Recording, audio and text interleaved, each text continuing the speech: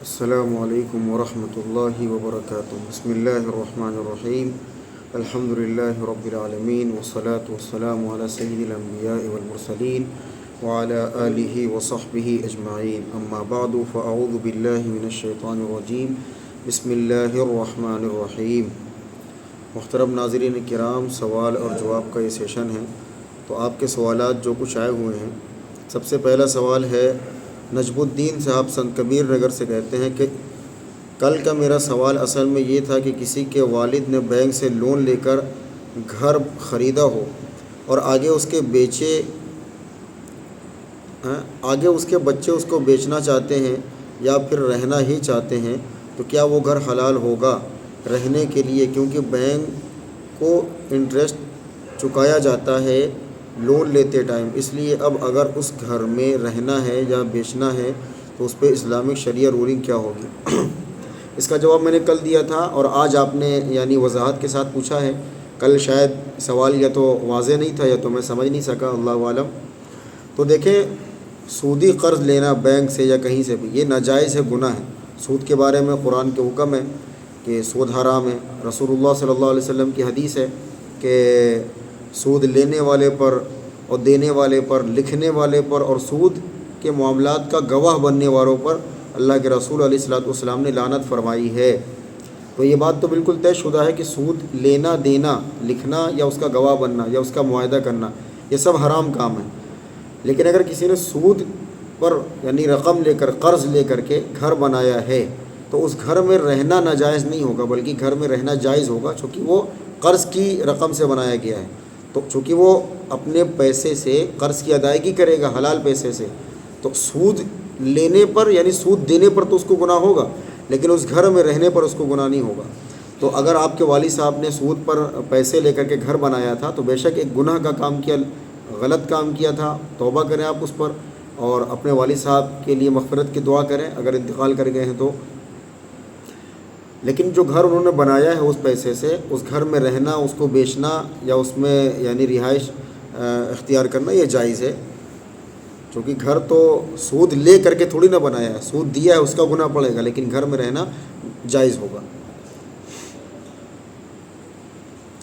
عظیم صاحب کے سوال کا میں نے کل جواب دے دیا تھا کہ اگر کوئی گھر میں بزرگ ہے جو روزہ نہیں رکھ سکتا ہے تو اس کو روزے کے بدلے میں کیا کرنا ہوگا؟ اس سوال کا جواب میں نے کل دیا تھا، لیکن شاید آپ نے دیکھا نہیں تھا۔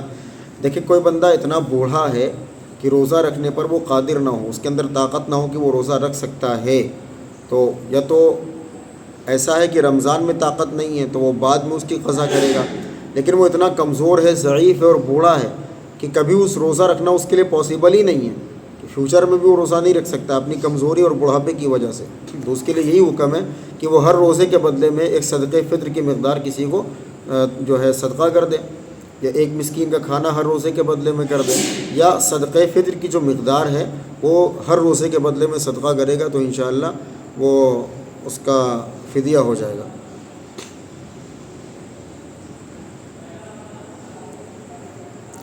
ارشد صاحب نانپارہ سے کہتے ہیں کہ سوال یہ ہے کہ افطار سے پہلے یا بعد میں دعا کے تعلق سے ہے۔ حضرت میرا سوال یہ ہے کہ جب ہمارے یہاں گاؤں میں افطار کا وقت ہوتا ہے تو مسجد میں اعلان ہوتا ہے کہ اذان سے پہلے، اور وہ افطاری کو کہتے ہیں اللہم لک صمت وعلی رزقک افطرت۔ یہ سنن ابو داؤد کی حدیث ہے، ایک تابعی سے مروی ہے جسے نقل کرنے والے خود امام ابو داؤد رحمۃ اللہ علیہ اس پہ جرح کرتے ہوئے کہتے ہیں کہ ضعیف روایت ہے۔ اس کو آگے وہ دوسری روایت لے کر آتے ہیں جس میں یہ دعا ہے ذهب الظمأ وابتلت العروق وثبت الاجر انشاءاللہ، اور اسے وہ صحیح کہتے ہیں۔ تو شیخ، جب ہمارے پاس صحیح روایت دعا سے موجود ہے، دعا سے متعلق، باوجود اس کے ہمارے یہاں اکثریت ضعیف روایت پر عمل کیوں کرتی ہے؟ دیکھیں، اس کا تعلق شہرت سے ہے۔ اللہم لک صمت والی جو روایت ہے یہ مشہور ہو چکی ہے تو اس لیے اس کو زیادہ پڑھا جاتا ہے۔ باقی ذهب الظمأ وابتلت العروق وثبت الاجر انشاءاللہ یہ ابو داؤد کی حدیث ہے، تو ابو داؤد میں جہاں پر اللہم لک صمت لکھا اس سے اگلی حدیث جو ہے وہ ذهب الظمأ والی ہے، تو بہتر یہ ہے کہ ذهب الظمأ پڑھیں۔ لیکن اس میں اشارہ اس بات کا ہے کہ جیسے اللہم لک صمت والی سندن ضعیف ہے، لیکن علماء یہ کہتے ہیں، محدثین یہ کہتے ہیں کہ فضائل کے باب میں ضعیف احادیث پر بحث نہیں کی جاتی، تو فضائل کے باب میں ضعیف احادیث لی جا سکتی ہے اور اس پر عمل کرنا جائز ہوتا ہے۔ تو اگر کوئی ذہب الظمأ پڑھتا ہے وہ زیادہ بہتر ہے، اللہم لک صمت پڑھتا ہے تو اس پر بھی کوئی یعنی لان تان نہیں کیا جا سکتا، اس لیے کہ یہ معاملہ فضیلت سے تعلق رکھتا ہے، عقائد اور مسائل سے تعلق نہیں رکھتا ہے۔ ہم یہ کہتے ہیں کہ جب دو دعائیں منقول ہیں تو اللہم لک صمت جو ہے وہ افطار سے پہلے پڑھ لیا کریں، اور ذہب الظمأ یہ جو دعا ہے یہ افطار کے بعد پڑھا کریں۔ کیوں؟ کیونکہ ذہب الظمأ وابتلت العروق وثبت الاجر انشاءاللہ معنی کے اعتبار سے افطار کے بعد کی دعا معلوم ہوتی ہے۔ تو ذہب الظمأ یعنی پیاس چلی گئی، وابتلت العروق رگیں تر ہو گئی، وثبت الاجر انشاءاللہ اور اس کا اجر بھی ثابت ہو گیا انشاءاللہ۔ تو دونوں دعاؤں میں سے کوئی بھی دعا پڑھی جا سکتی ہے، اور اغلب جو ہے وہ ذہب الظمأ ہے چونکہ وہ صحیح روایت ہے۔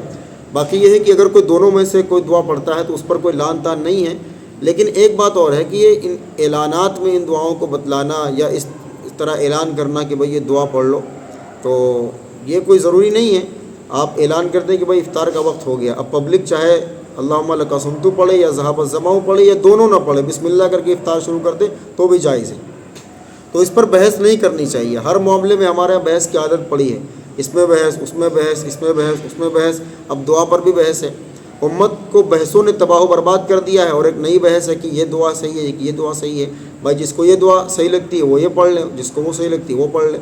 باقی یہ ہے کہ نبی صلی اللہ علیہ وسلم سے بہت ساری دعائیں منقول ہیں، تو اگر انسان وہ دعا نہ پڑھ کر کے اپنی طرف سے کوئی دعا پڑھ لے تب بھی جائز ہے، پڑھ سکتے ہیں۔ دونوں دعائیں ایک ساتھ بھی پڑھ سکتے ہیں، یا افطار سے پہلے ایک، افطار کے بعد دوسری پڑھ سکتے ہیں، یا ذہب الظمأ پڑھ سکتے ہیں، بہتر ہے جو پڑھنا چاہیں پڑھ لیں۔ اشفاق صاحب کہتے ہیں کویت سے، سوال روزے کی حالت میں گل منجن کرنا کیسا ہے؟ اس کو کرنے والا نشے کے لیے کرتا ہے، یعنی جب اس کو طلب لگتی ہے تبھی کرتا ہے، اس سے زیادہ بھی محسوس ہوتا ہے، ذائقہ بھی محسوس ہوتا ہے، زبان پر اس حالت میں روزے پر کیا اثر پڑے گا؟ اور اگر مکروہ ہے تو مکروہ تحریمی ہے یا تنزیہی؟ منجن کرنا، کوئی بھی منجن ہو وہ مکروہ ہے۔ اس کی وجہ یہ ہے کہ غالب گمان یہ ہے کہ منجن کرتے ہوئے اس کا ذائقہ یا اس کے جو اجزاء ہیں وہ حلق میں داخل ہو کر کے پیٹ میں چلے جائیں گے، تو اس لیے کسی بھی منجن کو کرنے کے لیے فقہاء نے مکروہ لکھا ہے۔ حرام اور ناجائز تو نہیں ہے، روزہ تو نہیں ٹوٹتا ہے، لیکن مکروہ کا مطلب کیا ہوتا ہے کہ نہیں کرنا چاہیے، اچھی بات نہیں ہے، ہو سکتا ہے کہ حلق میں اتر جائے، تو اس لیے احتیاط کا پہلو یہی ہے کہ منجن وغیرہ نہ کیا جائے۔ باقی رہا گل منجن کا مسئلہ، تو گل منجن دیکھیں ویسے بھی ایک مکروہ چیز ہے، نشہ آور چیز ہے، امکانات اس سے ہیں کہ انسان نشے میں ہو سکتا ہے تو کچھ بھی کہہ سکتا ہے، تو نہ کرنا زیادہ بہتر ہے، ہر حالت میں، روزے میں ہو یا روزے کے علاوہ ہو۔ لیکن اس کے کرنے سے روزہ ٹوٹتا نہیں ہے۔ ہاں اگر اس کے غبار اگر حلق میں پہنچ گئے، حلق کے ذریعے پیٹ میں پہنچ گئے، اس کا ذائقہ بھی حلق میں محسوس ہو رہا ہے، پھر تو روزہ بالکل ٹوٹ جائے گا۔ لیکن اگر کسی نے کر لیا ہے اور اس کا ذائقہ حلق میں نہیں گیا اور اس کے اجزاء جو پاؤڈر تھا وہ حلق میں نہیں گیا، تو روزہ تو نہیں ٹوٹتا ہے، لیکن کرنا مکروہ بہرحال ہے۔ تو بچنا چاہیے کہ کوئی بھی ٹوتھ پیسٹ ہو یا منجن ہو یا گل ہو، نہیں کرنا چاہیے، چونکہ احتیاط اسی میں ہے کہ منجن کو منہ میں داخل نہ کریں۔ باقی رہا یہ مسئلہ کہ ذائقہ آتا ہے تو اس کا کیا حکم ہے؟ تو دیکھیں ذائقہ اگر یہ زبان پر آتا ہے تو یہ مکروہ کے عمل میں تو آتا ہے، لیکن اس سے روزہ ٹوٹتا نہیں ہے، چونکہ روزہ ٹوٹنے کے لیے شرط ہے کہ وہ حلق سے اتر کر کے پیٹ میں پہنچ جائے۔ تو اگر حلق تک نہیں گیا ہے منجن تو پھر روزہ مکروہ ہوگا لیکن ٹوٹے گا نہیں۔ امتیاز احمد صاحب گورکھپور سے کہتے ہیں کسی کے ذریعے کسی اور کو جب ہم سلام کہنے کو بولتے ہیں تو اس وقت سلام بھیجنے والے کو کیا کلمات کہنا پڑتا ہے، اور جواب دینے والا کس طرح جواب دے گا؟ بھائی سلام کرنے میں تو دو طرح کا ہے کہ آپ فلاں سے کہہ دیں کہ بھائی فلاں کو میرا سلام پہنچا دینا، یا یہ کہہ دیں کہ میری طرف سے السلام علیکم کہہ دینا، تو یہ ہے۔ باقی جواب دینے والا وہ جب جواب دے گا تو وعلیہ السلام بولے گا، یا جو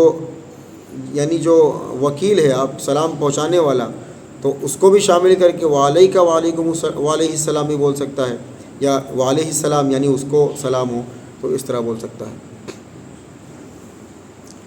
نظام الدین صاحب سنت کبیر نگر سے پوچھتے ہیں کیا تراویح میں 2 رکعات کے بعد ثنا پڑھنا ضروری ہے، یا پھر اسٹارٹنگ میں ایک بار پڑھ لو پوری تراویح کے لیے؟ بس ثنا پڑھنا کسی بھی نماز میں بھی ضروری نہیں ہے، ثنا پڑھنا سنت ہے، تو اگر پڑھیں گے تو بے شک ثواب ملے گا، نہیں پڑھیں گے تو نماز ہو جائے گی۔ باقی تراویح کی ہر رکعت کے شروع میں ثنا پڑھنا، یعنی دوسری رکعت کی جب نیت باندھیں گے 2 کی تو تکبیر تحریمہ کے بعد ثنا پڑھنا بے شک سنت ہے، مستحب ہے، لیکن اگر کوئی نہیں پڑھتا ہے تو گناہ نہیں پڑے گا۔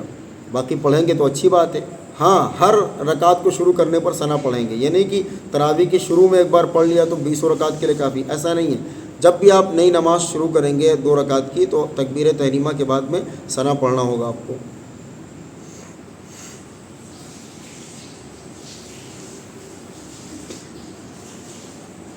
ڈاکٹر دانش انصاری ضلع امروہہ سے سوال میرا یہ ہے کہ سحری میں پڑھی جانے والی دعا بصوم غد نویت من شہر رمضان، اس کا ترجمہ یہ ہوتا ہے کہ میں کل کے رمضان کے روزے کی نیت کرتا ہوں جبکہ روزہ ہم آج کا رکھتے ہیں، تو دعا میں کل روزے کی نیت کیوں کرتے؟ دیکھیں بھائی، بصوم غد نویت کا جہاں تک تعلق ہے تو یہ جو دعا ہے یہ فقہا نے بنائی ہے یا اسی طریقے سے بعد کے لوگوں نے بنائی ہے۔ قرآن اور سنت سے ہمیں سحری کے ٹائم کسی بھی خاص نیت کے الفاظ نہیں ملتے کہ ان الفاظ کے ذریعے آپ روزے کی نیت کریں، بلکہ جو آپ نے دل میں نیت کی کہ میں روزہ رکھنے کا ارادہ کرتا ہوں، بس یہ ارادہ آپ کا کافی ہے۔ تو بصوم غد نویت، اس دعا کو مسنون سمجھنا، سنت سمجھنا یا مستحب سمجھنا یا ضروری سمجھنا یہ صحیح نہیں ہے۔ آپ صرف یہ نیت کریں کہ بھائی روزہ رکھنے کی نیت کر رہا ہوں، بس یہ کافی ہے۔ یا آپ نے سحری بھی کھا لی ہے تو وہ نیت ہو گئی آپ کی روزہ رکھنے کی، کہ زبان سے کسی نیت کی ضرورت نہیں ہے۔ باقی جو بصوم غد نویت کا جہاں تک تعلق ہے تو اس میں کل اور آج دونوں معنی مراد ہو سکتے ہیں۔ بعض اوقات غد کل کے لیے بولا جاتا ہے، بعض اوقات اسی دن کے لیے بھی بولا جاتا ہے، یعنی آنے والے وقت کے لیے، تو اس میں کوئی حرج کی بات نہیں ہے۔ باقی یہ ہے کہ یہ دعا سنت یا مستحب نہیں ہے، اگر کوئی پڑھ لے تو منع نہیں کرنا چاہیے، اگر کوئی نہ پڑھے تو ایسا نہیں ہے کہ اس نے کوئی بہت بڑا عمل چھوڑ دیا، بلکہ یہ ثابت ہی نہیں ہے۔ راشد صاحب قنوت سے پوچھتے ہیں کیا عشاء کی نماز صبح 3 بجے سے 4 بجے تک پڑھ سکتے ہیں؟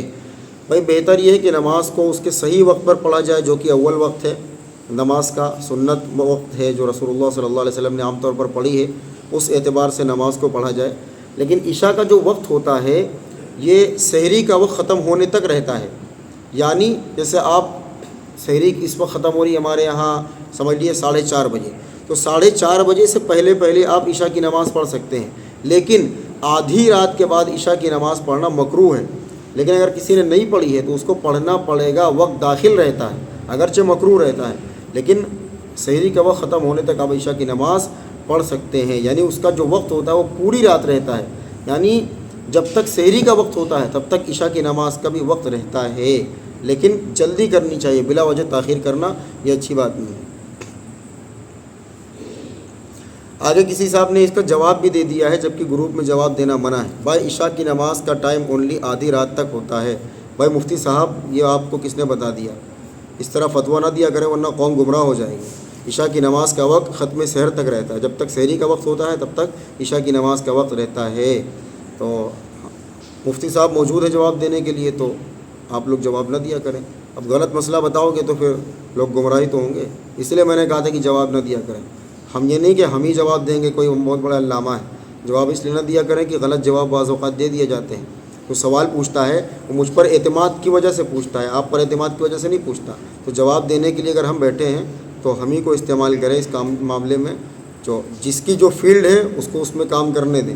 آپ کی جو فیلڈ ہے آپ اس میں کام کریں، میں آپ کے کام میں دخل نہیں دیتا، تو آپ بھی میرے کام میں دخل مت دیجیے۔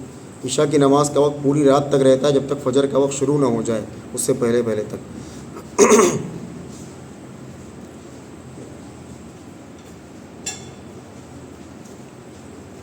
زکوٰۃ کے حوالے سے سوال ہے کہ جس پر لون اور قرضہ ہو اس کے لیے کیا حکم ہے زکوٰۃ کا؟ دیکھیں بھائی زکوٰۃ کا جہاں تک مسئلہ ہے یہ اس شخص کے لیے جس کے پاس 52.5 تولہ چاندی یا 7.5 تولہ سونا یا اس کے بقدر پیسہ یا مالی تجارت، اس پر زکوٰۃ فرض ہے۔ باقی اگر کوئی مقروض ہے، قرض میں ڈوبا ہوا ہے، تو جتنے کا قرض ہے اتنا پیسہ نکالیں گے، اس کے باوجود اگر اتنا پیسہ بچتا ہے جس سے 52.5 تولہ چاندی آپ خرید سکتے ہیں تو زکوٰۃ واجب ہوگی۔ لیکن اگر قرض کا پیسہ نکالنے کے بعد میں اتنے پیسے نہیں بچتے ہیں تو پھر اس پر زکوٰۃ واجب نہیں ہوگی۔ تو زکوٰۃ اس کے لیے ہے کہ جس کی ملکیت میں ذاتی مال اتنا ہو کہ 52.5 تولہ چاندی اسے خرید سکتا ہو۔ قرض ہے تو قرض کی ادائیگی پہلے کریں یا قرض کا پیسہ الگ کریں، اس کے بعد جو بچتا ہے اگر اتنا ہے کہ 52.5 تولہ چاندی اسے خرید سکتے ہیں تو زکوٰۃ ہوگی، ورنہ اس پہ زکوٰۃ نہیں ہوگی۔